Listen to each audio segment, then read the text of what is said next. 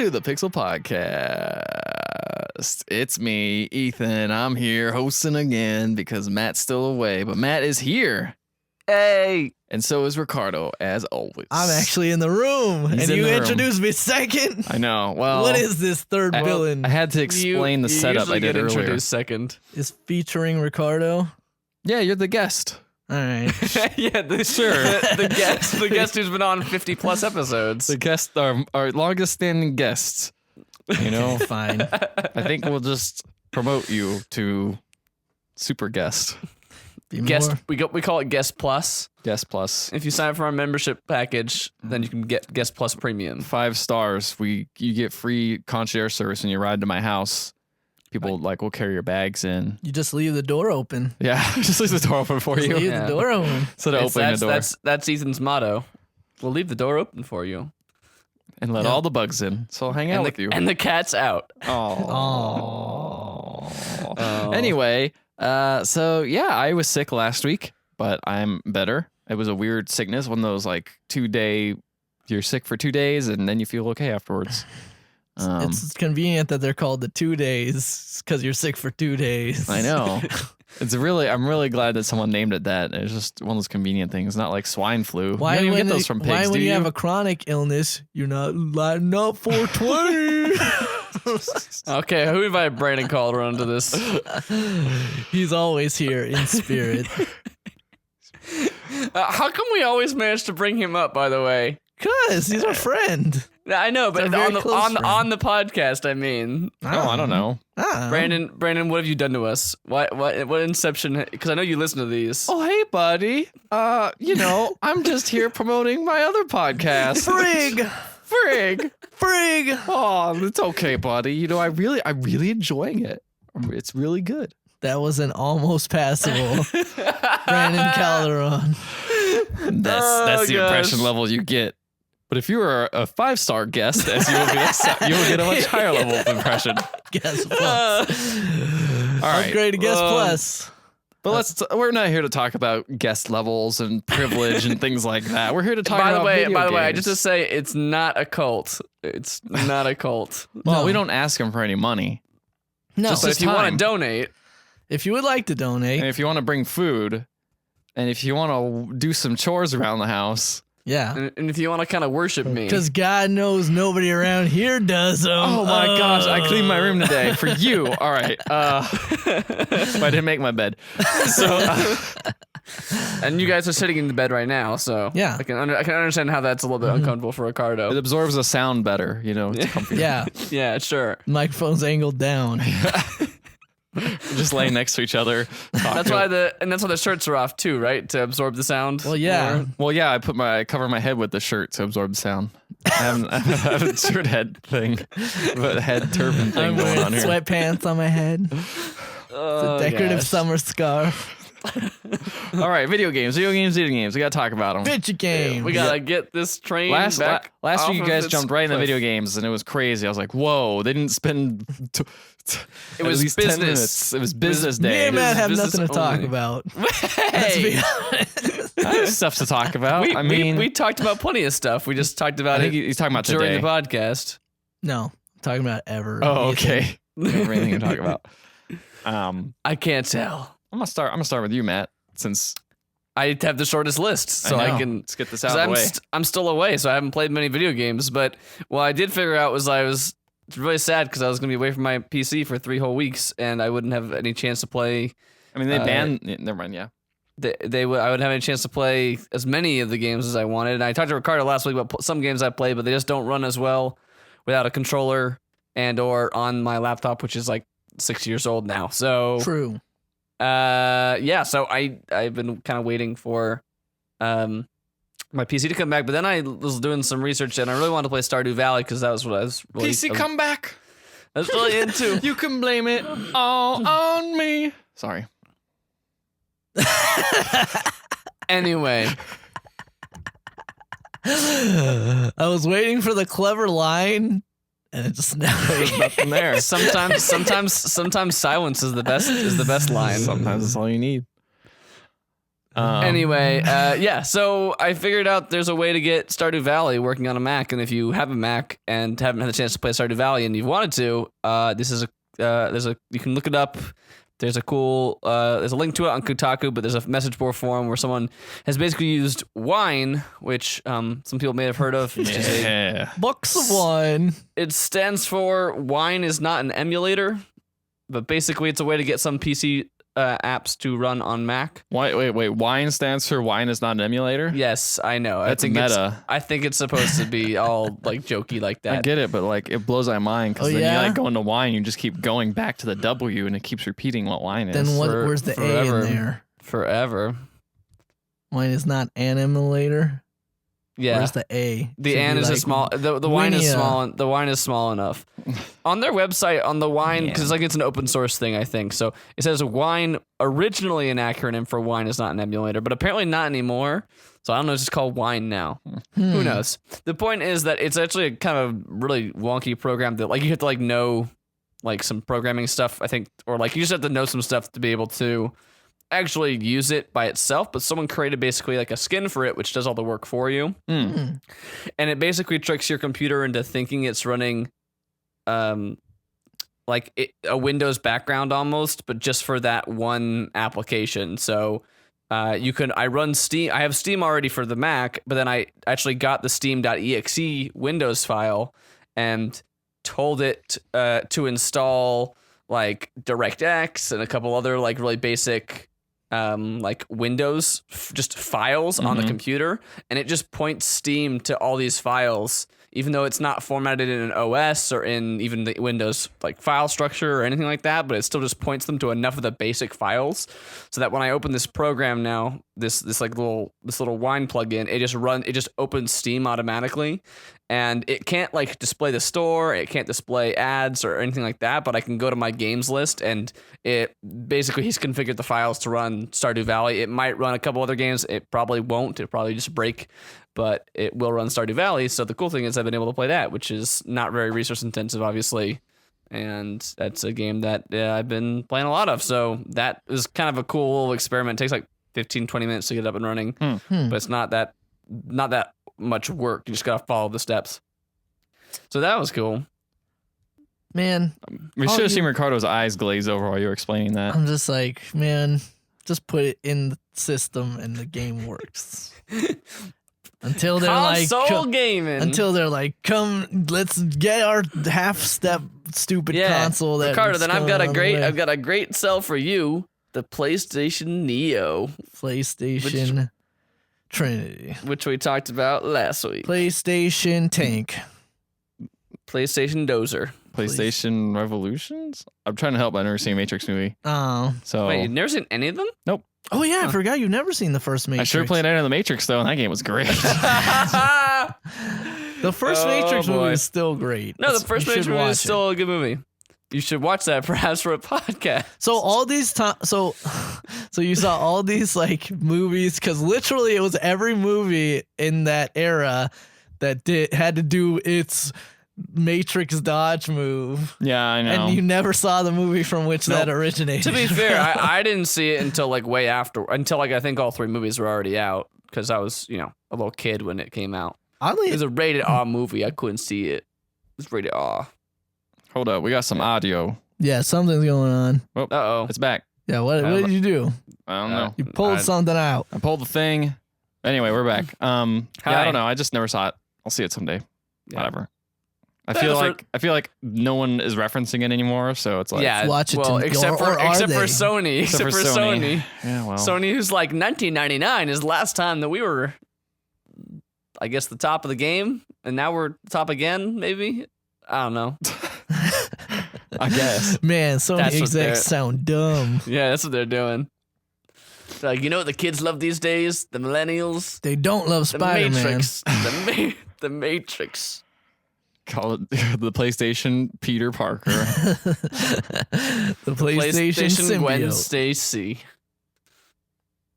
The Gwen Station. The PlayStation. The Glen Stacy. What all right, so it's the Stardew Valley. What season are you on? I'm in winter now, year 1. Winter sucks. It's kind of taking all my steam out of that game because I'm just like, there's nothing you can grow. What's the point? That's when you're supposed to like talk to people, probably. Gross. That's not what I'm here for. Build your relationships. I got some relationships up. I did some fishing. I found some winter seeds, so I planted those. It's just a bunch of forage stuff. Yeah. It was okay, but I got some cows and some chickens, and I put a heater in the barn so that they stay warm and they're not sad. And yeah, I mean, the winter's definitely the slowest part of the year, but I'm making a lot of money. And when it gets to year 2, like a bunch of new stuff unlocks, like new stuff to buy at the store. And once you start upgrading the town hall, you can unlock the desert area. Yeah, I'm gonna have to keep plugging away. I don't know. So I'm gonna keep trucking through it.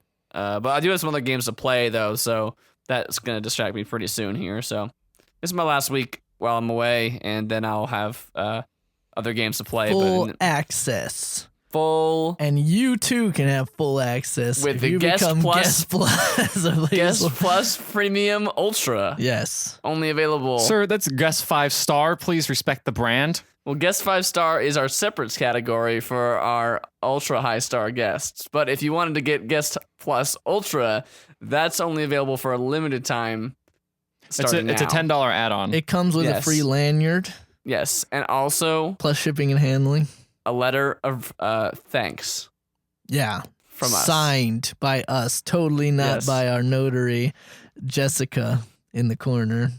Thanks, Jessica. Dude, don't mention her. She doesn't want to be from both sides. Especially since you two are in the bed together. She's recording that. Well. Don't mess in our side businesses, all right? Job perks. Job pitfalls. Ricardo. Yeah. Is that what they're calling it? How's your Dark Souls going? Dark Souls is going great. I really love that game. I watched you play it a little bit. Yeah, you saw me fight a stray demon, die to it twice, and then finally kill it. Yeah.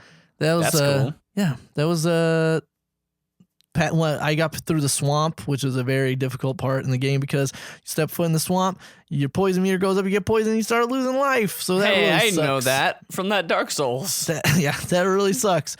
Luckily, I'm kind of like a paladin build, so I have miracles that let me replenish health pretty quickly, as long as I'm not actually like being beaten into the ground by a stray demon. Yeah, well, minor details. But yeah, that game is really, really fun. I've yet to be really frustrated by it. I've gotten stressed out plenty of times, but I've never really hit a wall yet.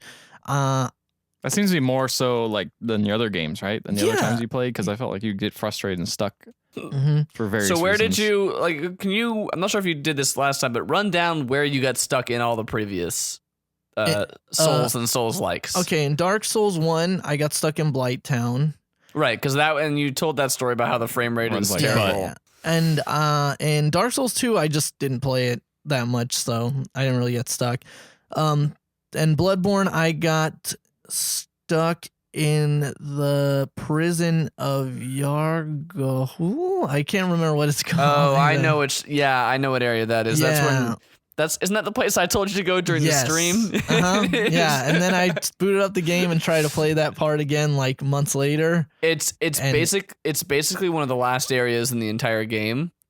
But you go there early-ish. You don't have to. That's a completely optional thing. Huh. It's a cool thing because it's really cool. The game pulls that on you of getting killed by that one enemy and having him kind of take you there. Yeah.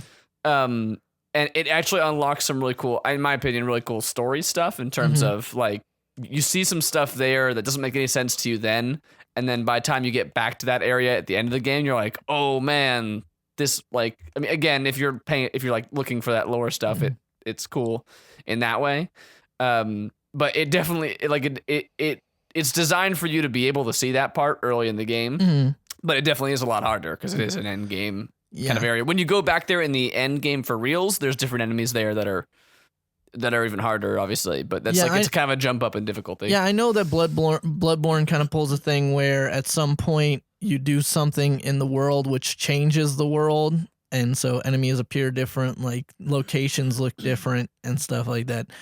Dark Souls 3, I don't know. I don't know if it's because I'm better utilizing the cooperative system. Like, I usually just admit that I need help on bosses, and so I just make sure that I'm embered up and summon someone by the time I run into a boss.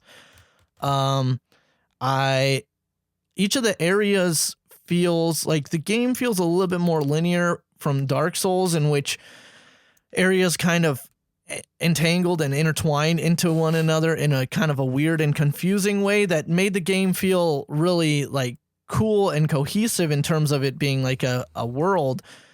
But it also, because of there was no bonfire warping mechanic and stuff, you had to rely, it was kind of a gameplay like design that you had to rely on that stuff. Dark Souls 3 is a lot more linear in the sense of where you need to go to progress. I've only kind of hit one real branching path right now, and headed one way, and that led to a bunch of other stuff, and there's still like another area of the game that I can explore.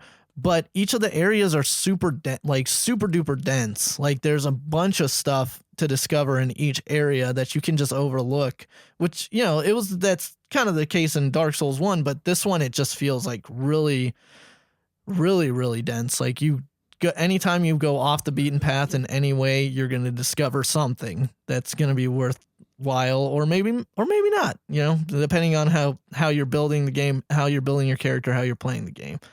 So it's really cool. The story beats in it are really cool and cryptic again. So like, I'm having a lot of fun with trying to figure out what is actually going on with that. Beat one of the Lords of Cinder in my last session, so we're chugging along. It sounds like it opens up a little bit later, from what I hear. Yeah, that's with cool. Something like a bonfire warping. Mm-hmm. That makes it a little bit more manageable. Yeah, and definitely. Hopefully you've kind of learned the layout of stuff before it gets to that point. So this is the first game with bonfire warping? No, Dark Souls 1 had bonfire warping, but it was a late game mechanic. You had to defeat all the other lords in the game to unlock it. So that's not super useful. It is once you finally are in the end game, sure, and you won't need to just mop up certain things or whatever, but in terms of like when you're actually struggling and a low level character, it would be nice to have that. Dark Souls 2 has it as well, has it from the start. That's where this one gets it from. And I think it was kind of accepted in that game, but not like, that game, so many elements of that game were not accepted as well as past games that it was kind of whatever. And Bloodborne has a somewhat of a bonfire warping mechanic, but the lanterns in this case are so few and far between in that game that it's just, you're gonna have to slog regardless to get to where you're going. Like in Dark Souls 3, specifically in an area called the Crucifixion Woods, there's like a ton of bonfires like everywhere. So you have a lot of different areas from which you can attack the stage, and that's good because that part in particular is really, really super dense. Like, you go over here into this direction, you go into some ruins, and you find a boss. You go in this direction, you find a Black Knight and some like really good items. You go like in this other direction, you're trudging through the swamp and you fight like giant crabs and whatever. Like, it's really, really, really dense game in terms of just how much is in each area. So that's really fun. I'm having a good time just going through that. And hopefully stay on it. Like, maybe you'll beat your first Soul game. Maybe. It's definitely right now. I mean, the year's not very deep right now, but could be my game of the year this year. Game of the year material already in April. Well, I mean, the other game that I actually predicted to be my game of the year has been butts. I don't know if it's my game of the year. Wait, well, I can't even remember now. It was Street Fighter 5. Oh, that game's a cool game, and that's it. But it's not. Everything around it's terrible. It's not. But Ethan, a game. Tell me how you're doing in the Street Fighter. I'm doing all right. I'm still kind of in the middle still in like the bronze, like upper echelon, where I keep going between bronze and super bronze, which sucks. It's hard. It's hard to break through. Some days I'll do really good, and some days I'll just do terrible and drop like really far into bronze. And you keep wanting to run it back and get your wins back. Yeah. And then you just lose more just get because mad now and you're lose. because now you're desperate. Yeah. It's rough. a vicious cycle. But you're slowly getting better. Yeah, because now your internet works. Yeah, now my internet works. It helps a lot. Before I was like lagging, and it would take like every round there would be 10 seconds of just unplayable time, and then it would be like, oh, back to your round. Oh, you're dead. Okay, well, here's another round. Oh, 5-10 seconds you can't play. It was horrible. You play another game though. Yeah. One of your favorite franchises. Yup. Dark Souls. Dark Souls 4. 4. They tried to do a Five Nights at Freddy's release cycle, so Oh, they yes. start coming out more. Precisely. Ricardo and I talked about this last week, but What's you hadn't up? played it. You hadn't with this game. I it was didn't coming out. I didn't have it yet. I know you didn't, but yeah, we talked about it. I got the widely accepted for its new control scheme game, Star Fox Zero on the Wii U. Is it 'Cause called I have Zero that. because it's a review score they're expecting? Hashtag truth bomb. Guess what? I like It this alright. game a lot. I like this game a lot, actually. Hey, A good for you. lot. This game is really, I'm really glad that you bought it. Can I borrow it when you're done?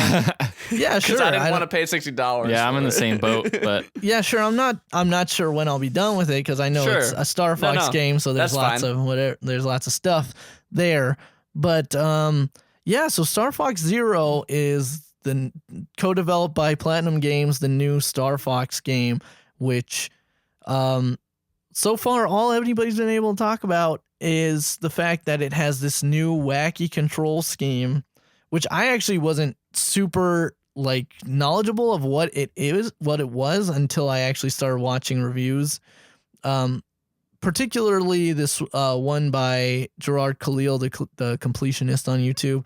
He actually went through the control scheme pretty in depth, and so I was like, this seems kind of weird. But at the same time, he really like kind of sold me on the game, so I was like, all right, I'll try it out. Why not?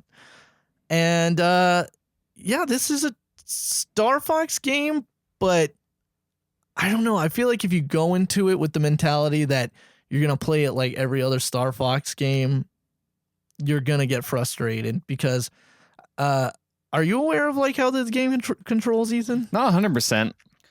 Okay, so Please explain for me and the listeners. so essentially Ugh. you have so It has essentially motion control. you so it's have amazing. on the screen you have your R wing, Right. And you use the left stick to just fly around everywhere. yeah. Left stick to fly around. You use the right stick that controls boost. It controls your brake, and it also controls if you do it in conjunction with the left stick. You can do your somersaults.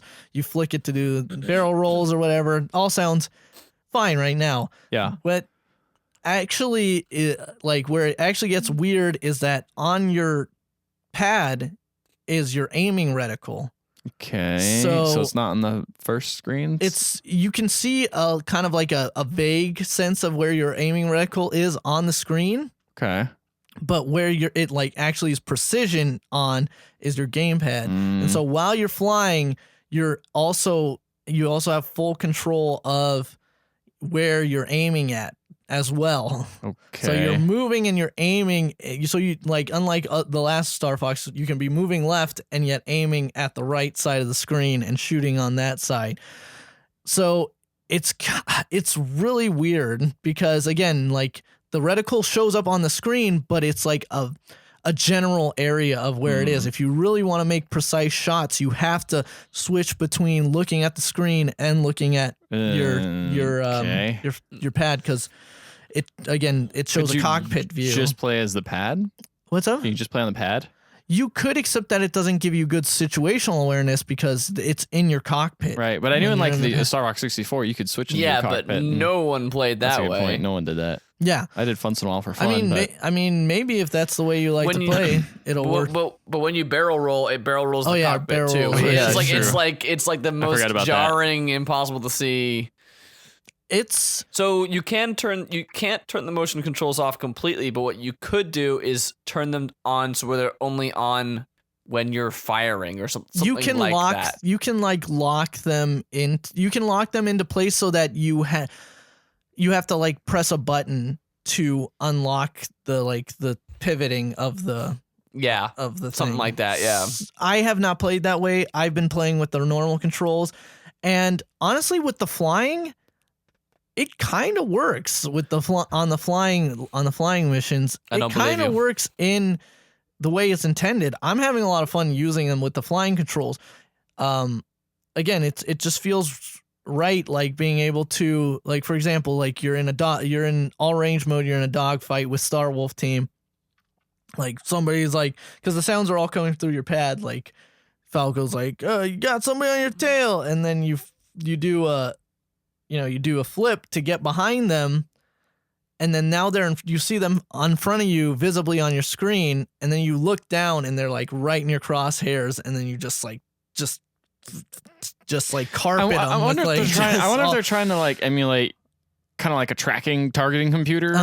Yeah, that's the thing is like it's kind of like you get the feel of like when it works at its best in those like flying sections. It feels like, for example, like the turret scene in Star Wars where like you're looking out in front of you to see like the guys flying around in front of you, and you get a vague sense or whatever, but you're looking down at your targeting computer when you want to like nail them, like really. Ricardo, you turned off your targeting computer.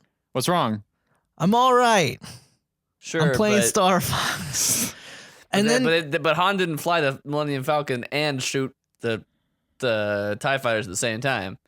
But you also have you still have the lock-on shots too, which work fine by painting them on the screen, like the first screen, no problem. Interesting. Where it actually gets to be a little hairy with this control scheme, and I feel like it's again more of just like my brain. Like that's the thing is you have to be in a weird mindset, like you're trying to switch between two things at once.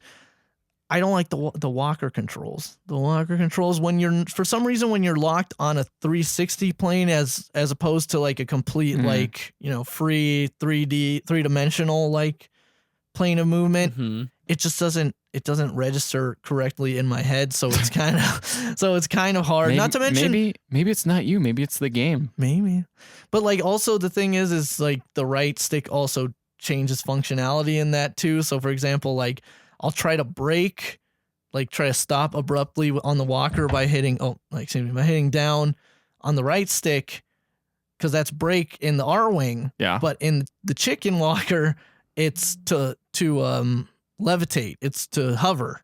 So I end up just hovering up into the sky, and I'm like, oh, that's not what I meant to do. That's really odd. They didn't make the controls the same. Yeah, I don't know. Because you can transform, right? I mean, do you ever have to be the chicken?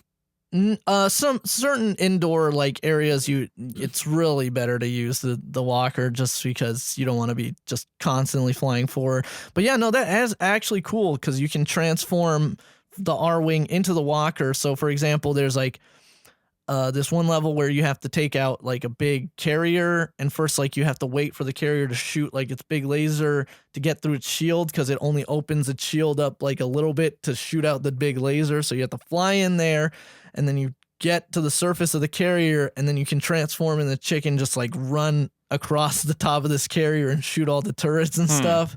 And then you got to shut off the shield, then fly inside and blow up the core and stuff. Like it's when everything is working well, it's a really fun, really like cool game. And action sequences like that, you kind of get where maybe some of Platinum's like influence was, like doing really crazy stuff, like transitioning between the two, the walker mode and the R-wing mode and stuff. But yeah, it is occasionally frustrating, but I haven't like necessarily disliked anything that I've played so far. There's even like a lot of people were dissing the gyrocopter, which is a new vehicle in there. It's a slow moving like helicopter that basically it's used kind of during like stealth-ish missions. Okay. And you can like lower down a robot to grab onto like crates and bombs and stuff and drop them on people, and you can also use it to hack. And people didn't like it because it's like it's too slow or whatever like that. But I think it's fun. I think it's kind of fun, and it's the best. I feel like it's the best use of the controller because you have like a full up down like left right movement with it, and the turret works a lot better with the lock on and stuff. I don't know what to feel about this game because actually I do know what to feel about this game. I like it, but at the same time, like I'm trying to constantly look at why people don't like it, and I guess it's just because the control scheme's different. I feel like the thing is, it just seems like it's different for almost like a reason to justify the second screen type stuff, where it's not like, is this actually better? Yes, no. It's just like, it's different. Is it better? No. And also, you want Nintendo to make kind of the same game over and over again. That's what you expect, right? Yeah, this is Star Fox 64 essentially, and from a story and like gameplay beats standpoint, it is Star Fox 64. I just think the control scheme, I'm having fun with it, and I think that the second screen actually does kind of help of a weird sense of immersion. Again, like when you have your teammates talking to you through the second screen, or when you're like dive bombing into Corneria and you look down at the cockpit view of the second screen, and it's like you're bursting through the atmosphere, and then you come down onto the water and you skim across the water and stuff. It's like it's a really cool feeling, especially again if you are a Star Fox fan, and all this feels familiar but also brand new in a lot of ways. Well, that's cool. I'm glad you enjoy it. I'm excited to hear Matt get a hold of it and scream about the motion controls. I don't know where this like thing came up where like apparently I hate all motion controls in everything ever. You do. Have you ever liked motion controls? I mean, I bought a Wii on day one, and I liked that was like that just means you like Nintendo. That was the only console I owned for a long time of that generation. But I don't think that was because you liked motion controls. I thought it was pretty cool at the time. Wii Sports was dope. Yeah. And also, there are games I think that have done it well. Like I remember I enjoyed Metroid Prime 3, which had motion controls with the pointer. I don't know. I mean, other stuff that's I'm out. I'm done. I mean, it's definitely a stand. I think it's definitely a thing where I don't know if motion controls have ever really helped a game. Yeah, they haven't hindered it. They haven't really helped a game, and yet people are more open to interpreting and learning these new motion controls for a lot of other games. And I don't know if people are just fed up with it when it comes to now Star Fox Zero. But I don't see what the big deal is. Like that's kind of where I am, to be honest. It's just that like you don't like the things that they're having you do could easily be mapped to a button or stick without any like difficulty, and instead I have to now imprecisely aim with my like by holding it straight, which is hard to do with a big giant like Wii, especially with the Wii U gamepad. I mean, it's difficult enough when it's the Wii, it's just the Wii and they hit the nunchuck and the Wiimote or whatever. But like with the gamepad, it's not exactly a small like easy to navigate thing. It's hard for me to tell where exactly I'm pointing. So that's really my take on we're talking specifically about Splatoon right now, obviously, because that's the only Wii game that I've actually played with a Wii U game. I've played with motion controls. But that game's fine with motion controls. Yeah, I don't. I mean that's the thing is like it was really less of a. I don't really hate all motion controls. It's just like trying to play a competitive shooter with like aiming with a motion control. I mean, that's the thing is maybe I also like, and again, intuitively understood in Star Fox, like you're not pointing the pad at what you want to shoot. You're rotating and pivoting the pad as if it was like your flight stick, almost like in a way, like you're trying to aim by like maneuvering the reticle over the enemy, not necessarily pointing it at the enemy and shooting. You know what I'm trying to say? Yeah, no, I get what you're saying. I think the thing that I have is that like unlike a stick or whether that's like a joystick or like just a gamepad analog stick, is there's no feedback.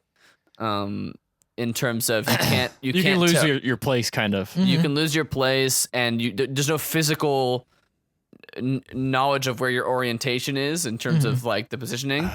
And it's when you move, you don't know how small of a movement or big of. I mean, you can learn that certainly, but like with the joystick, I can tell exactly when I'm reached the end of that joystick's like limit. What if you just had a HOTAS?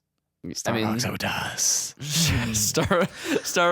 What if they made a Star Wars Star Fox HOTAS? That'd be pretty hilarious. I wonder though. This isn't the Nintendo way necessarily, but I wonder if this feedback and this criticism will actually like lead to them patching in like non-motion control. I mean, they are been schemes patching in there. stuff for like Splatoon a lot. So I mean, that's SpongeBob that's Patrick. Let's go. That's a game that's done well and got good That's true. reviews. That's a good point. Like, I mean, and they didn't even make this game. Platinum made it. That's a good point. I mean, and this thing is like, I don't hate Star Fox Zero. I haven't played it yet. I actually really want to try it. I just didn't want to pay $60 for it, especially after hearing all these things about how most people think it's not that great. I'm glad that Ricardo likes it. That's cool.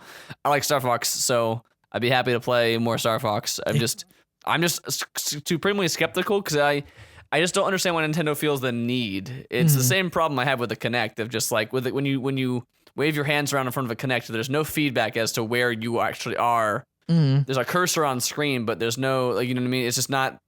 It's the same kind of issue I have with some VR stuff too, where like in order to actually make that kind of stuff work, you'd really have to have like a full bodysuit, force feedback, impact stuff with wand hands to control your fingers, and all.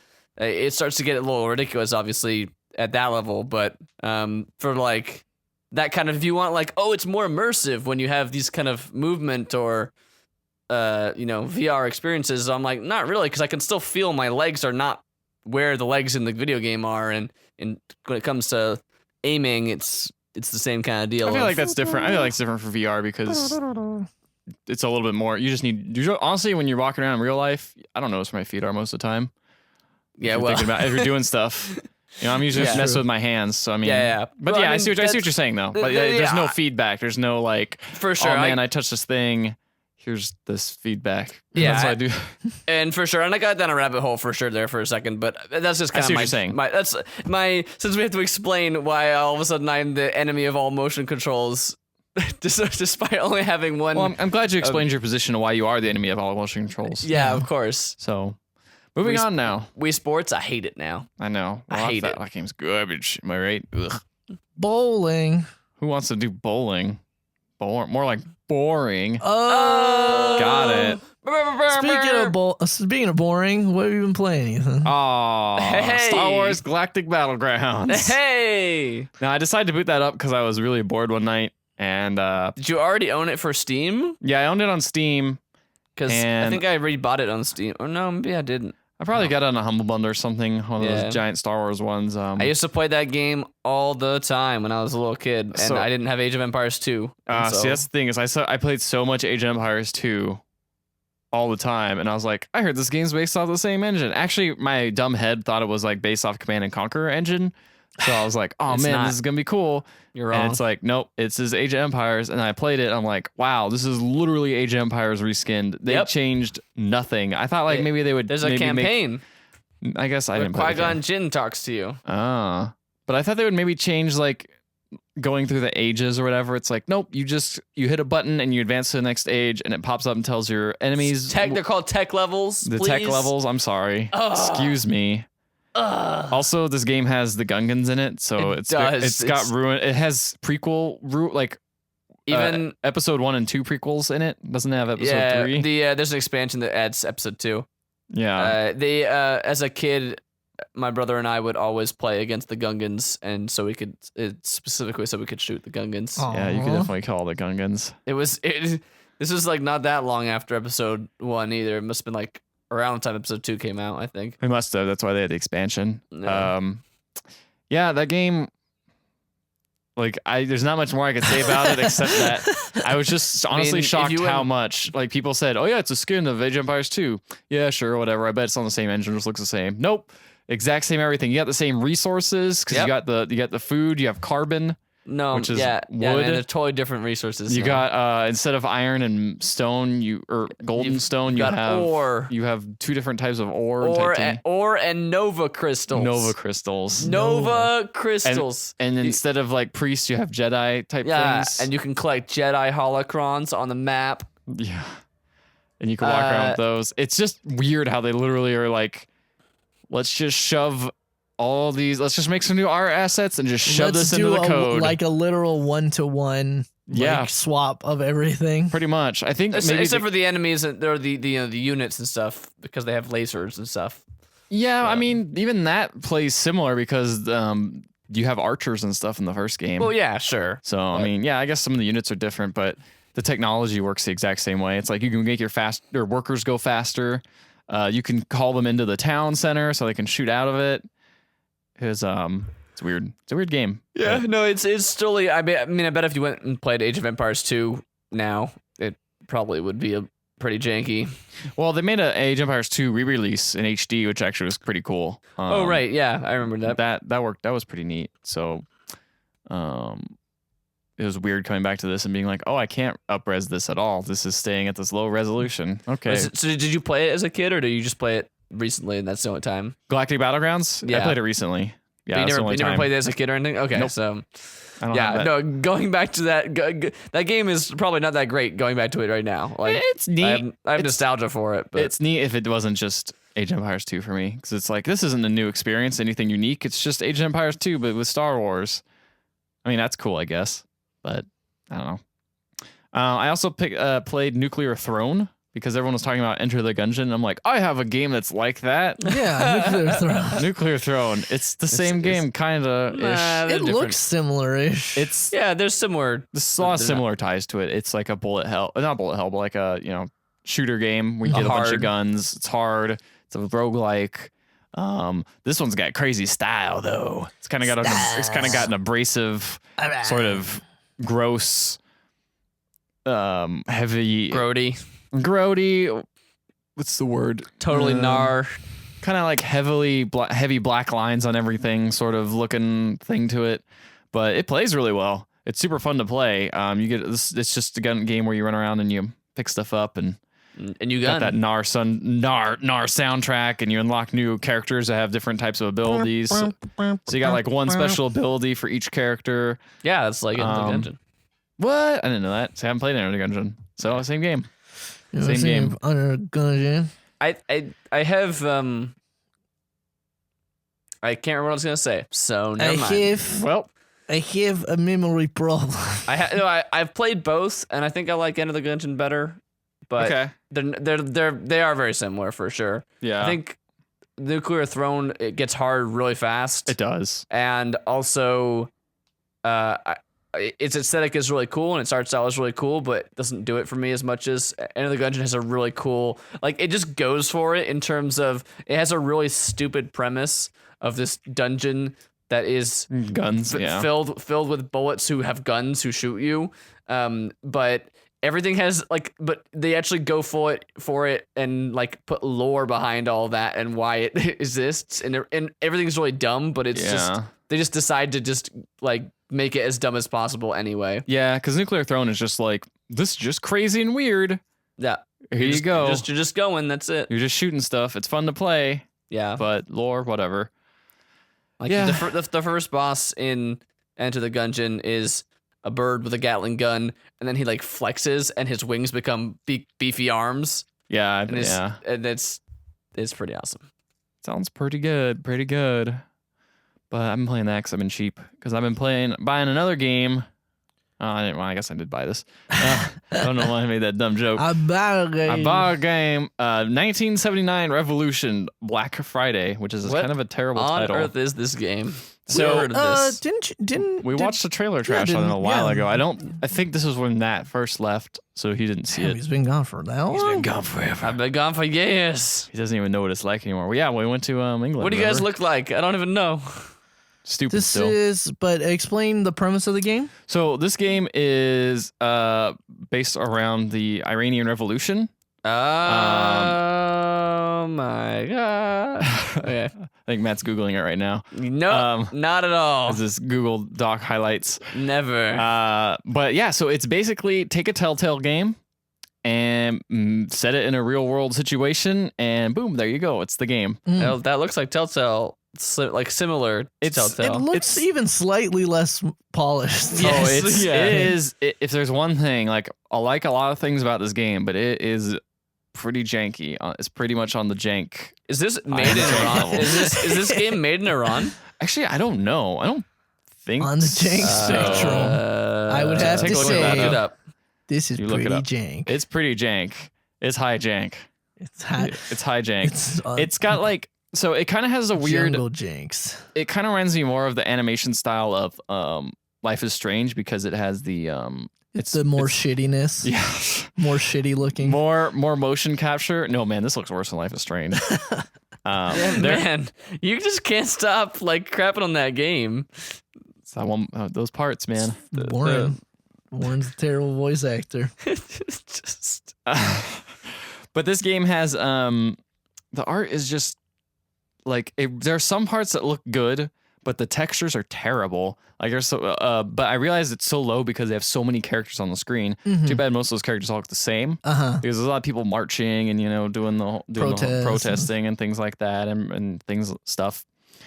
But I kind of really like this game. You play as a photographer, yes? You play as a journalist photographer guy Okay. who's there to capture kind of the moments and stuff. But he has friends who are, fighting for the Actually revolution. taking And part in the... it's been super educational for me because I knew nothing about this. Yeah, I remember when we watched Absolutely the nothing. trailer, I was like, that looks really interesting about a world event none of us actually know anything about. Yeah. New York City is where the developers are headquartered. New York but- City? Okay.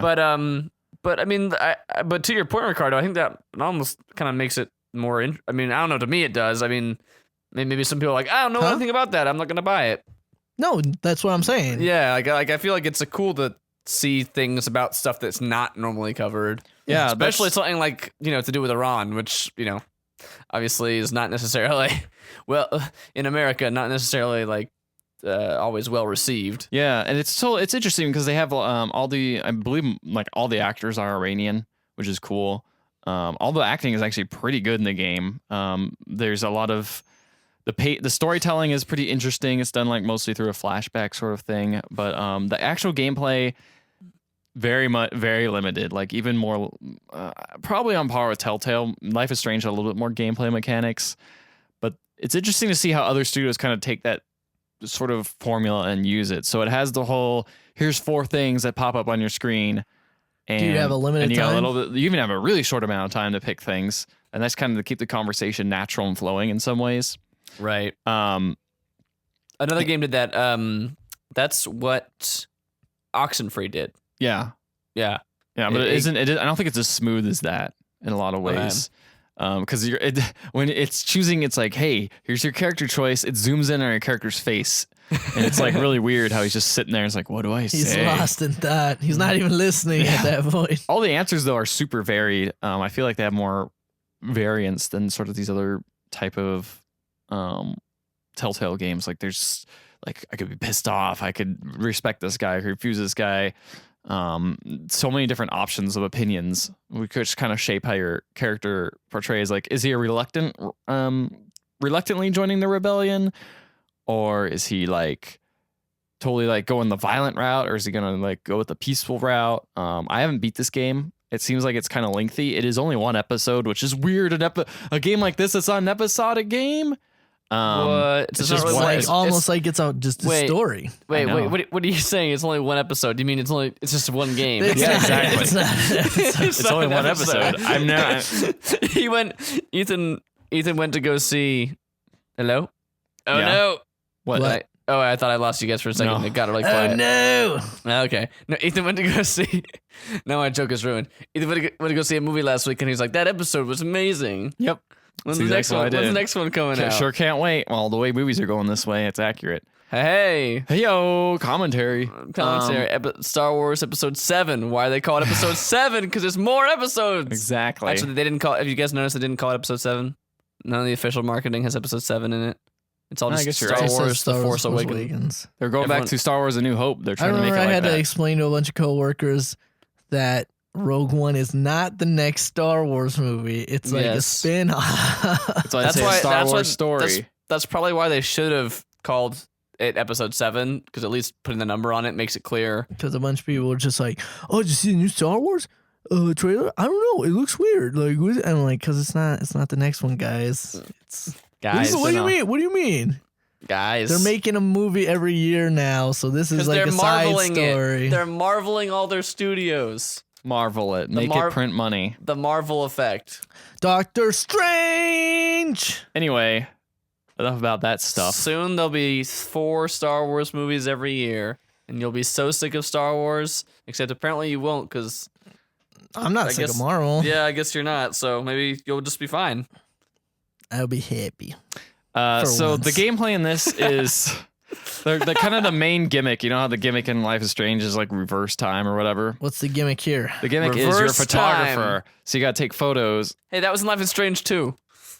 I guess, yeah, but this is like the main thing is you take photos, and the way you take photos is the autofocus is going in and out, and you have to match it up at the right time and make sure Camera's it's in on the focus. fritz. His camera's not working It's really properly. stupid. That's kind of funny. It's stupid. It I'm also really seems disappointed really how they did. arbitrary. He's covered wars, you know. It's like the weirdest way to put that in. But Fantastic. But neat stuff about it is every time you take a picture of something, they will put like real photographs from the actual revolution that are That's very kinda similar, very, very similar to the one you just took. And they'll put a little like text explaining like what's going on. So and then it you can pulls click it pulls a Valiant Hearts. Valiant Hearts. Yeah. Yeah, it's really cool how it does that. And I just really like that it's on a subject matter that most people just don't know about. And so far it's pretty entertaining. It's all caught up in or chopped up into chapters, so it's easy to kind of digest. Be like, You might call them episodes. no, they're too small to be episodes. Oh, okay. They're definitely chapters. Okay. You know, Telltale had like 5 chapters per episode, right? It's true. It's I don't true. know if that's true. So It there's always like so pops up with the achievement, and I'm like, oh, I know Oh, right, that part's yeah. over. and so there are 20 you're right. chapters in this. So therefore, it's like 4 episodes of a Telltale game. Math. Yeah. And it's like $12, which is cheaper than a Telltale game. So therefore, it's more money value. How do you think that Batman Telltale game's going to be? They're using a new engine. I don't know. It's gonna be like, Riddler, what are you doing? And then it's gonna be like, punch Riddler? Say stop. Say Robin, get him. I think I'm could just be excited interesting. to see Batman in like a different type of game. Honestly. Yeah, me too. That'd be interesting. He was They- in they Lego do- Batman. Weren't you paying attention then? Lego Batman. No. Talk about reskinning a game. Seriously. Whoa. Every Lego game. Every Lego game the same. They our, do the- our they- commentary is biting tonight. They do the thing where it says like, Blank will remember Oh, that. yeah, Remember? Blank will remember that, Mm. which is kind of a bummer. As soon as I saw that, I'm like, I'm eh. really sick of Also- games doing that. Also, a million things pop up on the screen all the time, which is weird. bam, bam. So every time I like do something, it's like you got like 20% of this guy's story complete. Blah. And it's like what? And it's like okay, well, I'm just gonna go to the next guy. It's like who's 30% of the story complete. Also, Why- you got since why this is- other guy's in this scene, you got 50% of his story complete. And like And the he'll weird like remember that you did it. yeah, and it's like all the stuff pops up. I'm like kind of Just like meters going up all the time. I really hate the stuff will remember that. chill out, guys. I've Make started this- to really turn on that event. Like to yeah, it's getting a little rote. also When it- like when in real life do you ever see something pop up above your head? Someone says like that would like When in Well, real whatever. life, they'll when in remember real that. life, does your autofocus go left and right, and then you When gotta it's like put it in the middle. broken. Yeah, You know it's what game broken. didn't have that? King's Quest. The King's Quest. autofocus and You- also the they will remember that thing. You're right. You King's know- Quest didn't have that. You know what game did have that, but kind of played with it in a fun way? Tales from the Borderlands. That's true. I did play it in a fun way, Yeah. but I dig this game. I'm gonna keep playing it. I'm hoping to beat it next week, but Cool. I recommend it. I recommend it if you're looking for a story-based educational game. Definitely give it a try. Give it a try. If it's a little heavy on the subject matter. A little Yeah. heavy. Not for kids. Not a fun like. Oh man, time to laugh. It's like no. Oh man. Let's talk about the time, Iranian Revolution. Time to feel really weird about stuff. Here you go. Here you go. I like it. I like when games make me feel weird about stuff. That's a technical term. So how does this game make you feel? Like really weird. Like weird. Whoa. Like really weird, man. Like drugs weird or like questioning your identity weird? Like questioning my identity weird. Drugs weird is like Sonic Dreams collection. That's like another game where you feel As real Ethan weird. goes on drugs as he tries to say the name. Ethan got like a drug flashback during that him saying that. He's like Sonic Dreams. Sonic Dreams. 7.8 pros makes you feel weird. Cons makes you feel weird. Tune back in for more. Reviews on LSD. But the first one is weird in quotation marks, and the second one is weird in italics. Yes, makes you feel weird. And then the second one is makes you feel weird. Did you play anything else, Ethan? Or No, that was about it. I mean, Good. I got really hard in the Heroes of the Storm because Tracer came out. She's overpowered. As can happen when a new character is Yeah, like released. because her advantage, yeah. which is really neat. She's actually a neat character because she can move and shoot at the same time. So that changes a lot. It's overpowered. Yeah, that changes a lot. And she does just a little bit too much damage for that sort of craziness. And also she's really hard to hit because she jumps around everywhere. And then you almost kill her and then she just teleports back to where she was 5 seconds ago. And yeah, but she's neat because she gets her ultimate right away. And the way you level up your ultimate What? is the same way as the way you level up your ultimate is the same way you get it in Overwatch, where you do enough damage, eventually your ultimate builds up. So it's interesting how they kind of brought that over. Also, there's a reload mechanic, and you have ammo. It's weird. She's a Is weird the character. game? She's free if you pre-order, right? Yes, if you pre-order. I need to go check to make sure my pre-order worked, since that's been in question for a while. So I can go download that game, and it'll just finally give me the answer as to whether or not that actually worked. Yes, because she's only exclusive right now. You can only get her if you bought Overwatch. Yeah, well, I'll find out next week when I get back home. All right, I almost good. pre-ordered Overwatch when I was buying Star Fox. What stopped you? I was just like, I got too many games. Even though that game's not coming out for a while. It's coming out next month. Next month. Not gonna do it. Pre-ordering games is stupid. Don't do it. Not Ever. Yeah, gonna don't do it. Don't do it, even though I did didn't. it. Yep. I played the beta though, and I played the second beta, and I liked it still. So I was like, all right. I played neither of them, but I really Aw. like Team Fortress 2, and this kind of feels like it's bringing me back to that. So Yeah, bring it back. Let's bring it back over to the news hour. The news. the news.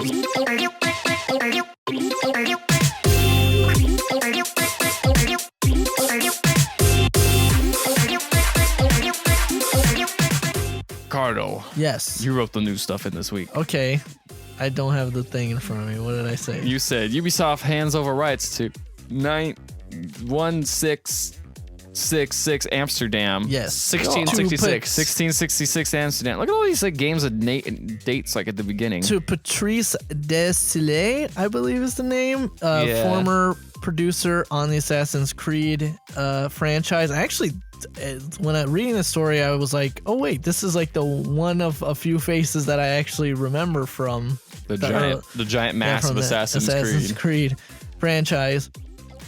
Basically, he left the company and he wanted his rights back on this other game that he had essentially was in like pre-development, 1666 Amsterdam, and they were like, nope, you can't have it. And so he's like, I'm gonna sue you guys. And so they finally handed it over. So So did they actually go ahead. Oh, sorry. The real thing is that like he left Ubisoft because he was kind of done with them. yes, And then he went to go join THQ, and that's when he was making 1666. It was at THQ, not for Ubisoft. So that's Yeah, the so- distinction. Is that like, and then THQ obviously they went under, and then Ubisoft bought THQ Montreal. and he didn't have the rights. They're claiming that he did not have the rights to He his claims game that- because all contracts from THQ were no longer binding with the Yeah. company going under. And he was like, "That's bullshit. Yeah. Give me my game." And So they're eventually just like, all right, fine. yeah, 3 years later. this game looks interesting. I don't know. It looks like a weird kind of. But he's obviously I mean, the thing Not is, gonna be able to make he it. says after filing the suit in 2013, he wondered what he would do if he won the case because it would be difficult to do that game with only 12 people. So yeah, He's he's an probably not indie going to scene actually now? make it anytime soon. Hmm. Yeah. Unless he makes it episodic, Yeah, which he or was talking about. Yeah, or he makes it into a way smaller game than it originally. Yeah. You know, it says at the very end of the article that, you know, it's currently, they've got it, it's theirs now, but it's on, they're not doing anything with it because they're making another, they're already in the middle of making another game. It's unfortunate because it looks cool and different, and there's not enough people making cool and different games, I don't think. I agree with that. Like, I can see why he wouldn't want Ubisoft to have it though, because it feels like by the look of this game, it would just get turned into an Assassin's Creed game. Assassin's Creed 1666. Or Assassin's Creed Amsterdam. That's or something, you know. Assassin's Creed. I wish, game. I can't think of anything. I wish there were more historical games that were That not was like not Assassin's Creed. that were not Assassin's Creed, and they were not just like either World War II or like medieval. Well, do I have a game for you? 1979 Revolution. No, I mean that's a cool I honestly think that's a really cool historical game. At some point, I'll probably pick it Get up. that game. We'll have a spoiler cast. Maybe. Black Ops 1 is like Vietnam, man. Oh, shut up.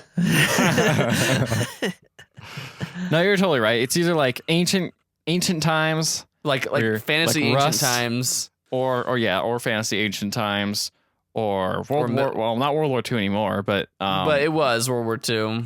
modern combat's war game, Vietnam. Or Or like when are they near gonna future. bring back that World War II games? Eventually. Wow. I'm sure it has to come back eventually, right? Right. Everything's one I feel super was cool. Medal of Honor Airborne. No, last one was Wolfenstein, I guess.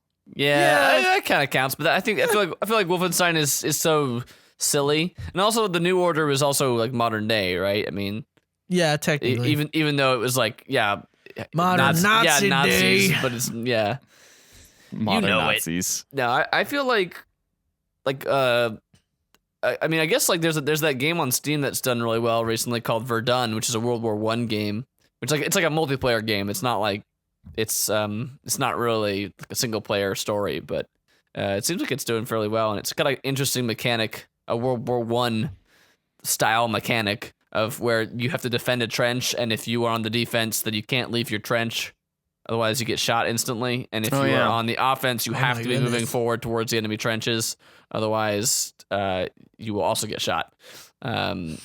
So, Just like real World War One. well, they in the game pitches it as like you're shot for desertion.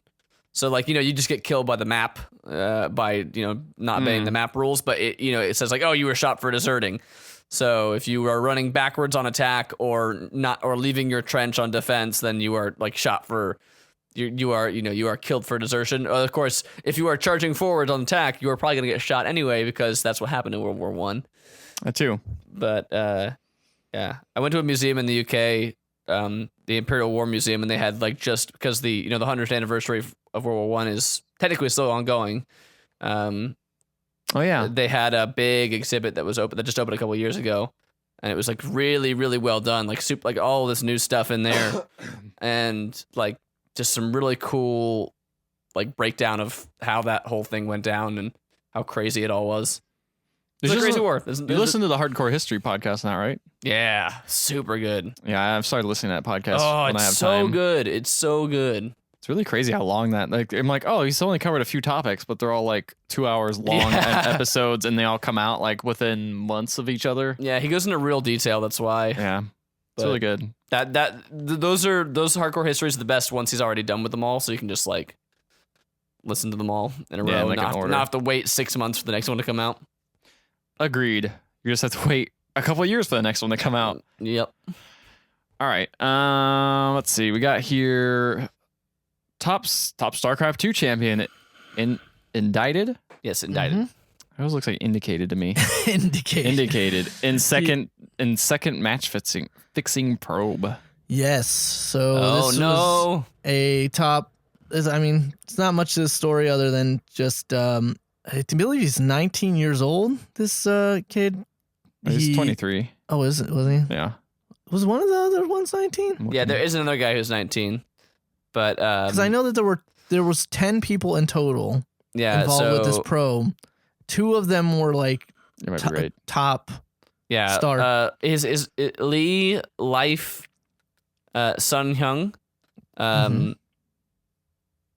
Yeah, he is 19. Okay. Yeah, he received $70,000 in wait, sorry. Yes, roughly $60,000 to intentionally lose 2 matches in May 2015. And there's another guy who's 2015 that was paid the equivalent of $26,000 to throw a match in January of this year. It's crazy just to think that, like, the legal action that can be taken upon you, like, now in this in the esports realm, because there's been talk about, like, there was talk about like 2 or 3 years ago, matches in the FGC, in the fighting game community, being thrown in collusion and pot splitting, and like one of the more respected players, Chris R from New York, was it Chris? Yeah, Chris R. Chris R. Yeah, I believe that's Chris R from New York. He was oh no, not Chris R. Chris G. Okay, I was like, where'd you get your drugs? Chris. Gangsta It's name. all right. It's clear. it's coming. It's on its way. Chris G was involved with pot splitting and collusion, and no real action was taken Collusion. like on him other than, you know, him getting banned from certain tournaments held by certain entities. Yeah. Right. Yeah, I think the difference is that this was a gambling scheme in Korea, where like the guy who was paying them to flop these matches was then betting on the matches. So I think that's where like the government gets involved at that point, because yeah, like that makes sense. In the situation that you just described, that's just a black mark on the tournament itself, and obviously they're gonna be really pissed off about that. But there's nothing technically illegal, unless it's some contract they sign. Maybe they could do a civil suit against them, but if they both flop the matches or whatever, and then someone else was betting on the matches and making $1 million off of them, then the government would then have something to say about that, I bet. This makes me feel like it's a real sport now, you know? Got the gambling in it. Real. Got the drugs. That was like last year. It's just like All the boxing Adderall now. stuff. It's like boxing, dude. Speaking of esports, It's just like what sumo matches in Japan, which are notorious for being like fixed and really? I didn't know that. like really corrupt, like a lot of corrupt I guess people probably would bet a lot on that, right? Yeah, like I mean, obviously they're a very big sport, but they're also like very like there's like all these weird like yakuza and like money laundering and money, you know, like match fixing undertones apparently. Man, I used to love watching sumo on ESPN. I don't think like every single game is, you know, like that. It's just It's all corrupt. I assure you, how could you? Akebono, how dare you? Speaking of fighting games. Speaking of esports, you go first. Did you know go ahead. that the pornographic website YouPorn I've never has been there. an esport has an What? esports team. What's that? I've never heard of it. What's porn? Has an esports team, and they're getting banned from tournaments based solely on the fact that tournament policy is you cannot advertise pornography. Just one. Well, not There's even only the thing is, there's only one team so far that has been sponsored by a pornographic website. pornographic website. Surprisingly. Surprisingly, only one team. It's also only one league too, not like every league or every tournament. It's just it's like the ESL. the ESL, the European Software League. I don't know. Electronic Sports League. That's the one. That's it. Yeah. Team YP.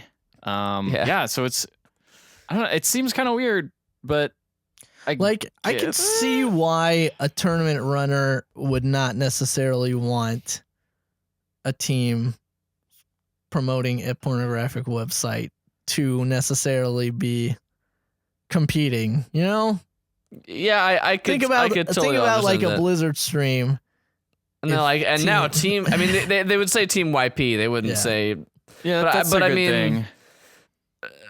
But I mean, still, it gets in a weird situation. There's like, think of any other sport. Would the NFL want, and now we take you to YP Stadium, where like the NFL would not be okay with that. They would just like.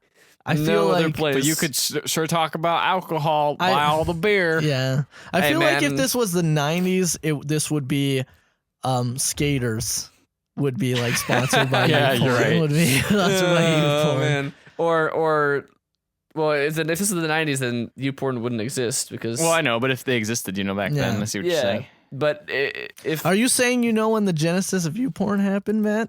Are you familiar with the history of YouPorn? What is YouPorn? Is that like YouTube for pornography? You nailed it, my friend. Oh, and you know what else is gonna be getting nailed? Hot singles on YouPorn.com. We are not sponsored by you. We are not sponsored by YouPorn. Do you know? No, we're sponsored by Pornhub. YouPorn is nothing. It's all about Pornhub. Have you heard about virtual reality porn? Well, we're pioneering the way with your Google Cardboard. We'll send you one for free. Giggity giggity. That's why we're super glad about this news, and we're glad that YouPorn doesn't get to go to any tournaments. Ha ha. It looks like we got the corner of the market on podcasting. There's no regulations on this new wild frontier. Yeah. But like, so the ESL did an update with this statement saying advertising pornography is not legal in the markets we operate in the vast majority of partners we're working with have a strict no drugs, no alcohol, no pornography. So there's your answer for your alcohol AKA thing, no Ethan. fun, am I right, guys? Yeah. Woo, boy, how could I have a rock and roll lifestyle without any of these things? ESL stands for the Extra Sucky League. And you know what else is extra sucky? Oh gosh, freaking. So I'd say let the guys just compete. I say it's not as cut and dry. Luckily, there's no cut and dry around here. Gosh damn it. Uncut and extra wet. Oh, God. Oh, God. That was the worst one. I feel gross now. Oh, I'm going to go take a shower. Yeah, that was my goal, is to get you guys to shut up. Wrestler is sponsored by YouPorn? Really? Joey Ryan. Huh. The guy who, have you seen the video, the viral video of him flipping that guy with his penis? Oh, yeah. Yeah, that's him. Oh, is that why? Yep. So, I don't know. I mean, it's weird. I can understand it. I can understand it's sucky to get banned because of the company but like, seriously, if you're a pornography company, don't try to like buy sports teams. It's weird. Don't do that. Even esports teams, Yeah, you're right. I agree with that. Maybe they should try looking to other markets of advertising. I don't know. I don't know. I mean, like I feel podcast. Hey, what's up? But again, like, would a cigarette company sponsor a sports team? Just like, you know what I mean? Like stuff like that. Marlboro that would men. be illegal. Marlboro men, or women and women. We're not gonna not include them anymore. It's 2016. And I like Lucky Strikes because they're toasted. Like, your team's gonna get toasted. Booyah! And they come in. And that's not the only thing that's getting toasted tonight. Yeah, my Pop-Tarts. Sponsored by Kellogg's. Here we go. The other thing that's getting toasted is Tekken X Street Fighter. Oh. Because the news that we all knew, the news that we all knew was coming. Yes. Is that Tekken X Street Fighter is not really a thing. Yes. And it was never gonna be a thing. This was a game that was supposed to be in development at the time that Street Fighter Cross Tekken came out, which was a while ago. Yeah, which was forever ago. This was obviously a cross promotion between Bandai Namco and Capcom. Street Fighter Cross. I think part of it has to be that Street Fighter Cross Tekken was not as well received as not at all as a lot of. Seemed like it'd be cool on paper, though, right? It was supposedly a good game. It just didn't necessarily get the footing in the competitive scene that it does. It also apparently had some flaw. Like it was apparently it was a kind of a redo of one of the tag teams. I think. I know. No, a lot of the Street Fighter. It was pretty much Street Fighter 4's engine. So Oh, right. That's right. That was in Street Fighter Yeah. version. Yeah. yeah, this one was going to be the Tekken version. And I actually thought that this game might still be kind of happening because in Tekken 7, whatever the newest version that's coming out like of it, Akuma's in it. or something? Akuma's in it. Yeah. So And he has it like a was- story. He's like a story mode and everything. Like Mhm. So, tying like- him into the universe. So I was kind of like, oh, this is weird, but they were working on that Tekken Cross. I wonder if that's what this is. They were working on Tekken Cross Street Fighter and kind of only made Akuma. They only made Akuma before they were like, oh, maybe this game. Apparently, Maybe we don't want to dump they said resources. a crossover now would fragment both the Tekken and Street Fighter communities because Street Fighter 5 just came out and Tekken 7's coming out this year as well. That's That what makes that's sense. what they're saying. That's what they're But saying. this game was dated back to 2010. Was when Yeah. this game got announced. Like they haven't been working on this for a long time now. Yeah, you're probably right. I mean, it's weird. It's weird. You know what they should have done? They should just take out all that BS, take out that story mode, take out costumes, take out any sort of training mode. Make sure lobbies don't only support 2 people. Yeah, and they should just release a game like that. Just put a fighting game in there. And Oh, you just do say that. they should go out in their early access? Yeah. Yeah. I think that's the way all fighting games should go Beta. now. It's a lot easier to tune, and you'll get feedback from your community. I mean, it might mostly be negative, should but still charge $60 for it. yeah, definitely. obviously. And you should also not put that it's early access. You should just release it, because otherwise people will be like, early access, I'll wait till it comes out. No, just release it right away.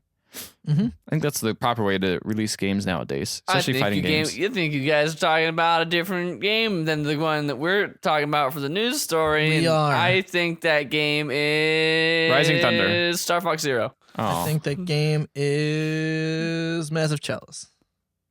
Oh, oh, Oh. Man, remember Massive Chalice? yep. I that remember game was pretty good. That game was alright. It was a game you could play. Hey guys, Oh, Matt, you didn't play Banner Saga?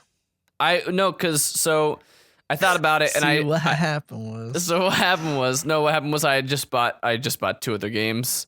and- I got away with that because I was on a trip, but I felt like if I bought a third game in that short of a time, then someone who won't listen to this podcast but may live with me you heard him, Kurt. might have got mad about me buying too many video games. So I'll buy it soon because I want to play that game real bad. All right, just following up. Yeah. All right, I think it's time to move into our trailer trash segment. Trailer trash. I really appreciate all your guys' noises. It really adds to the atmosphere.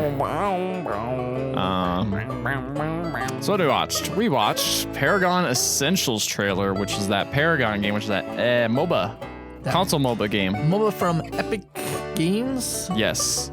This game looks really good. It looks like a Running MOBA. on Unreal 4.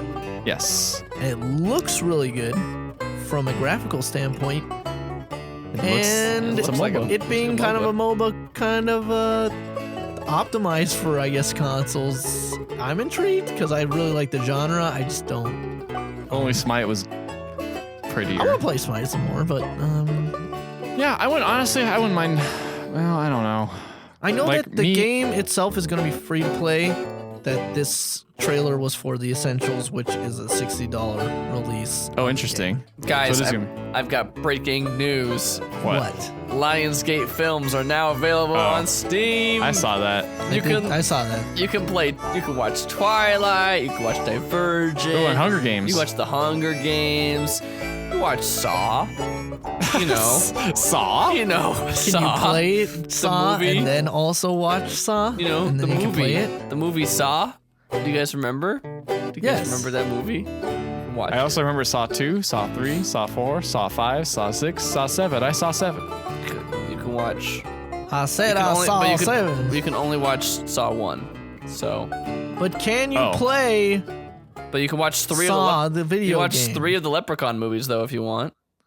Is one of them WWE films Leprechaun Origins? It is starring not. It is not. Hornswoggle? No, it is not Leprechaun Origins. Ah, What about Leprechaun 3 in the Hood? There is Leprechaun 3. Nice. What about It's not 4 called- Back it's to not- the Hood? It's not called Leprechaun 3 in the Hood though. I think that's Leprechaun 4. Oh, you might be right. Well, 5 then was Back to the Hood. You can 'Cause he watch visits the hood twice. Why you not? can watch Cabin in the Woods That's actually a good movie. and Reservoir Dogs. That's actually a That's good a movie pretty too. good movie. And both of the Expendables movies. Oh yeah, I heard Pulp Fiction also on there. Yeah, everything on Lionsgate bought up New Line Cinema, I guess. Uh, know- more or less. Is Lord of the Rings there? No, because New Line had some sort of like weird like Was it New Line or was it Miramax went out of business? Miramax was the original who was gonna partner with Lord of the Rings. Oh my gosh, guys. You can What? watch Gamer. Oh, I was hoping With- to say Vampire's Kiss. You can watch Gamer Starring with Gerard Butler. Have you guys seen that movie? You told I me have about not. it. It's the only movie that I almost want. I walked out. I would have walked out of the movie theater if I hadn't been with other people who had given me a ride there. It was the worst. Well, that sounds like a pretty good movie. You guys, we should watch it. It's good. I don't. Should watch it for the next podcast. Yeah, for our special podcast, We'll do a podcast commentary track. a review of Gamer. We could release a commentary track that you could sync up with your favorite movie and watch it with your Yeah, it's on friends. Steam right now, so you can have it for the low payment of $3.99. That seems too much money. Yep. Anyway, sorry to interrupt Trailer Trash for that. That's all right. I just had to fill you guys in on that breaking news. I know, this is super important. More places to buy. I think it's weird that you can. I think it's weird when they started putting apps on Steam. You know, I mean, I get what they're going for. They want to be the one-stop shop, for everything. so they're calling it Steam One from now on. Steamed again. right. Steam Box One. ARK Survival Evolved, the official mods trailer. Yeah, this one was sucky. This one was sucky because none of us play ARK, so we're just like, Yeah, so that why should- did we watch this? so we watched it and we're like, I think there might be mods in here. I thought it was gonna be funnier.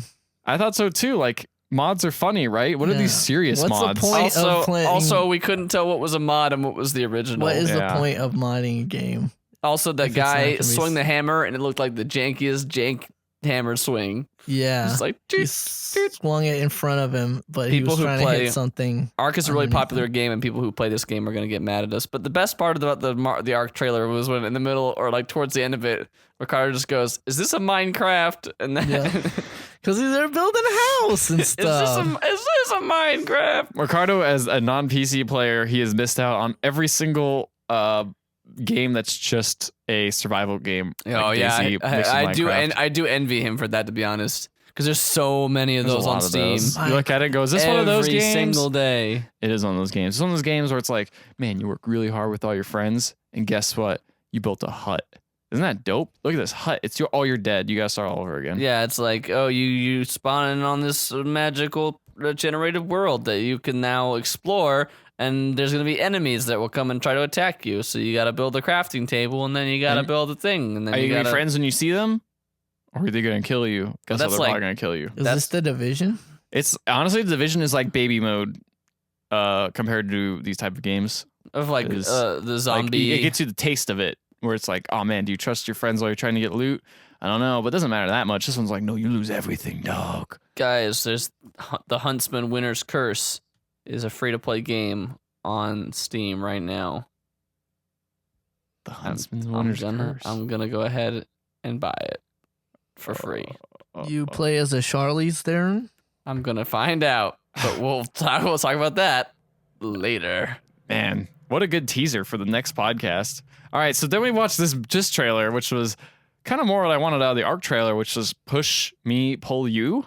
Yes. Oh man, That game looked like a bunch of poops rolling around together. that's what you want. This I think I called it like cat dog. It looked like cat dog in Oh, real life. Yeah. I don't know what it is. It's really. weird. It's a one weird, of those weird thing. It's one of those weird co-op type games where it's like the controls are goofy, but you play with friends and you laugh because everyone controls like garbage. Yeah, I everybody think- controls like a different head on this two-headed person, and Yeah, you're it's like trying this- to. It's like instead of being like Control a ball. conjoined twins on the side, it's just like there's just two torsos glued to each other, and then like they have they're like moving in like they weird stretch. spaghetti stretch man. Well, it's like that one game I think there's that some sort of was goal. on PS3. I think it was on PS3. Do you Sports remember ball? that one? Uh, No, where you played as that like little caterpillar guy who stretched around and stuff. It was I from the don't guys know. who made Katamari Damacy. I I don't feel know like what you're this is not at making all. this up, but I have not heard of this. I don't- What is it? You guys keep talking about this, and I'll. Well, hold on a second, because afterwards, well, no, I guess I don't know. This game looks like it looks kind of fun. It does. It looks weird. It looks really weird. But I feel like the trailer did not do a good job of showing me more about what the game actually was. Yeah, It was showed me like weird it was, shapes. It was just like, yeah, look at these weird shapes you can make, and I'm like, oh, okay, is that the whole game? Or there's like a ball in all the shots. It looks like maybe you've got to shoot the ball at a goal or something like that. But or get the ball to like a certain area on the map. I don't know. yeah, but Nobi boy. Oh, I heard of that. Nobi boy. Oh, yeah, I remember that. That's another weird game. That's a very You weird stretch around and wrap stuff up. Oh, I do remember this game. game. No Boy is a weird game. Well, what do you expect? What do you expect from the makers of Katamari Damacy? Yeah, that's true. We got You're right. we also watched Lawbreakers, which is Cliff Bleszinski's new game. Yeah, And, Klink Blazinski. It looks like I thought did I say that right? Cliff Blazinski. Mike Wazowski. Cliff Bleszinski. Cliff Blazinski. Cliff Bleszinski. Young Clifford Mike as he's Wazowski. on the street. Mike Wazowski. Also, fuck you, motherfucker. Yeah, We yeah, gonna it- shoot some fucking This game shit. was definitely channeling the narrator for this game was definitely channeling all of what did we say? Bullet Storm. yeah. Bulletstorm. Just less dick Fairly references and decent more game. more mother And the efforts. gameplay looks reminiscent because you have like you boot guys and you also tether Yeah. guys and you shoot around and Yeah, jump it's around. like, a lot it- was happening. It's in like this trailer. Bulletstorm mixed with Overwatch. It kind of looked like because it's a Or- multiplayer game. It kind of looked like Unreal Tournament mixed with Overwatch and I guess a bit of a Bulletstorm too in terms of the visual, but like I would say I would say Unreal with Bulletstorm before Overwatch. the Not the every art competitive style. not every competitive shooter is Overwatch, I know, guys. it looked like classes, look though. Look at Overwatch. Like visually, it just looked bright and colorful. And all the armor on the guys looked very similar to the characters in Overwatch. And it was very class based. It looked like to me. And if they're emphasizing class, it seems like one of those. Yeah, it's Maybe not. It's a commentary, man. It's I don't commentary. see the comparison, but all right. Yeah, It looked fun. It looked neat. I wouldn't mind trying the beta or something. It Seeing looks if like a more it's- gritty version of Overwatch in terms of its like art design. I just don't see the comparison to Overwatch. Like a bunch of really like wacky, unique characters with all these unique abilities and Overwatch like first in only game to do that. an arena shooter, like it coming out around the same time is what I'm saying. That's all I mean. I get you, man. I Ricardo don't, doesn't. I don't see it. Ricardo at all. doesn't I- see it, man. You gotta open your eyes, bro. He doesn't see color. Open your eyes, motherfucker. We're not here to open eyes. We're here to blow shit up. Kick. What's next? Yeah, I did. Ruiner. Wait. Can I just ask a question? What do you guys think about that trailer? Like, was it trying too hard, or did it hit it? It was trying a little It too tried hard. a little bit too hard, but It whatever. felt like it wasn't going as tongue in cheek. Like, at first I thought it was supposed to be like a joke because you guys were laughing at it. But then I was like, is it? No, it's kind of being serious about like. No, we're I think so it was. I think it was badass." fully aware that it was like, Trying. listen, Hard. listen up, motherfuckers. We gonna shoot some shit. Like it wasn't trying to be serious or anything. I don't Yeah, but I think. still don't feel like it hit what it was trying to hit. I If you played didn't like it, but it's that Bulletstorm was thing. trying too hard too in a lot of ways. So Yeah. It's Cliff Blazinski. let him do his thing. Wait, Ethan, who is it by? Cliff Blazinski. There you go. Yeah, you got it. I did it. I'm He's learning. got- he's got slurred Call me words. next round. I'll talk about Harmonix. Yeah. Yeah, what do you- Harmonix. it's funny because you play guitar. You know what a Yeah. harmonic is. Yeah. No, he's like, listen to my harmonic. Pitch harmonic. Oh gosh. All right. Play that harmonica. The London Philharmonic Orchestra. All right. Ruiner announcement trailer, which is made by the they pitch it as Assassin's Creed X Witcher 3 devs. No, that's not what Ruiner. Yeah, it is. Yeah. No, oh, it's no, 7, it's 7. you're right. That's 7 is Ruiner. Ruiner Oh, is by 7 is Devolver Witcher. Digital. Yeah. Ruiner's by Devolver. My bad. That's that right. was more like They're both top-down things. yeah, they were both very similar looking games. Let's Yeah. talk about them both then. What did you think of the Ruiner trailer? I thought it looked okay. I thought it looked cool. It had neat style, but it didn't really say much. And the gameplay was just like, yep, this looks like a cool top-down shooter type thing. Mhm. The A lot of weird, quirky. the dialogue was the non like gameplay stuff that they were showing was very reminiscent of Super Hot in terms of its like hot, like in terms of its like design stuff, or in terms of its like story or whatever, like its setting, Mm-hmm. Very like much dystopian Yeah. future cyberpunk.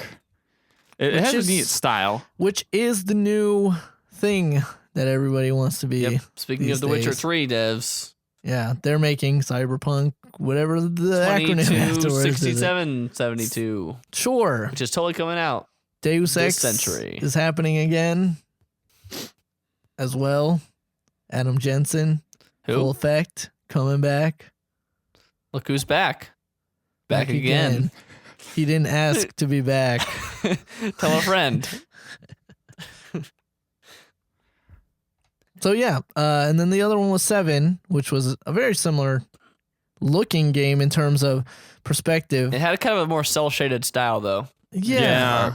It had a cool style to it. Honestly, I kind of saw where the Witcher 3 influence was coming from in some ways. The same kind of color palette. It looked kind of Diablo-esque, like a more obviously a more like kind of like real time. Not real time's the wrong word, obviously, because Diablo isn't real time, but It looks like it's less a lot. RPG. It looks like a lot of traversal happening in this game, whereas Yeah. again, like and some stabbing people behind their backs. yeah, whereas like Diablo or even Ruiner, it looks like is always kind of like on a consistent plane. You have kind of up and down levels sometimes, which you can kind of manipulate, but it seems like 7 is going for an actual like traversal mechanic as part of its like Yeah. actual gameplay. You saw him shimmying across some chains and jumping up on top of stuff, and Kind of doing some wall jumps, I think. Did he ever Yeah. do wall jumps? I I think. think so. Or like a cling jump, or like he Mm-hmm. mantled up something or something. And then he stabbed some dudes, and that's about all That's that it kinda- showed. There was a long narration that I kind of tuned It was out. it was a very generic fantasy. Yeah, because The continent is under peril, and stuff now is this happening. nation it looks is kind under of. I said it looked like Waterworld. You said Mad Max. And then you That's- realize Waterworld is Mad is Max. Mad Max. In water. Oh On water. my gosh. It's just post-apocalyptic. It kind of funny. has that. It's funny to think about that too, because it kind of is, but then Waterworld was bad. But Waterworld was bad. Except Dennis Hopper Turns- was pretty good in Turns it. out driving cool cars is better than driving weird boats around. Driving weird boats and shooting nets at each other, and Dennis Hopper's like, "My looks like shit." Yep. But it had a really cool Universal show. Yes, that is a great show. It That is. is a great show. I think it's still on. Yeah, it's still played. because it's It's amazing. amazing how that is the legacy of the movie. Yeah. A great stage show at Universal Studios Because Hollywood. you know why? Because watching like 15, 20 minutes of stage show is way better than watching 3 hours of garbage. That's a good point. It gets you everything you need. You got the plane flying in. You got the That's jet skis crazy. jumping over stuff. You get the explosions. Get guys falling into vats of stuff. Yeah, that's true. It's acid or something. I don't know. I remember when I was a kid with that stage show and like the cowboy stage shows. Yeah, the cowboy And- stage show was awesome. Like I remember always when they would like shoot, I'd always like be like, I got a duck. I'm gonna get shot by all these stray bullets flying everywhere. Like I didn't understand the concept. I used to of, love like, those- fake bullets. I used to love those stage shows. Ones so at, much. like Knott's Berry's Farm. That's the only one I remember. I don't. No, that's one at Six no, Flags, the too. ones at Universal were like so much better. They're like real I didn't stunt know they shows. had one. Yeah, there was a cowboy one as Yeah. well. Now the only remnants of it, like, is you drive past like a cowboy set on the tram tour, and it's like they're acting like they're shooting a cowboy movie, and then the driver's like, "Hey, you guys, show us what you're working on," and then like some guy gets punched off of a balcony and falls down. Oh, And really? it's like, I wow, haven't been that's great. I haven't been to Universal in so long. I didn't even know they had a thing for it. That's at least cool. They have a reference to it or something. Yeah. Gotta go back. We gotta go back because now there's a Wizarding World of Harry Potter. Yeah, my wife knows someone whose husband worked on like building that, Damn. and so then they all got to go early before it actually is open. Like they went like a month ago or something like that before it opened, and apparently this person doesn't even like or read Harry Potter at all, and so my wife was very upset. my roommate, he actually went to a preview event also, and he got a wand. Well, He yeah, I went to saw one of that. the vendors and got a wand. Was this Ray? No, Ian. it's Ian. 50-50 shot, and you fail. I guessed wrong. But yeah, that's cool, man. Yeah, we gotta go back. We'll go back at some point. It's a cool place, and they also it's pretty cheap, relatively speaking, to other theme parks. I feel like they probably raised the price since Harry well, Potter I opened guess up. Harry Potter, yeah, that probably I'm makes still waiting on that Nintendo Land Oh yeah. in Universal. Nintendo Land. Yeah, you didn't know about Ricardo, that? you don't have to wait for Nintendo Land. I can bring Nintendo Land to you. Man, what a good. The best thing that came out of that game was the music. The No, I like some of that. Spooky Ghost is pretty good. Spooky Goss and Running After Mario is pretty good. Yeah, and those Animal games- Crossing is great. What am I talking Animal about? Crossing, the Popo. That game's those are all great. great drinking Those games. are all pretty great. That video, if that video is still on our website, people, you should look at our Go Wii, our check Wii out. U launch video or whatever we called that. I can't remember, but I remember that. Some- someone played- should go check that out. Nintendo Land. Yeah, we do. Just That's pretty look much all we for it. play. That's like the only game out of that time that was worth watching. Yeah. Man, that was forever ago. That was Yeah. that was when you two lived together. Yep. Yeah. Yep. Look at us now.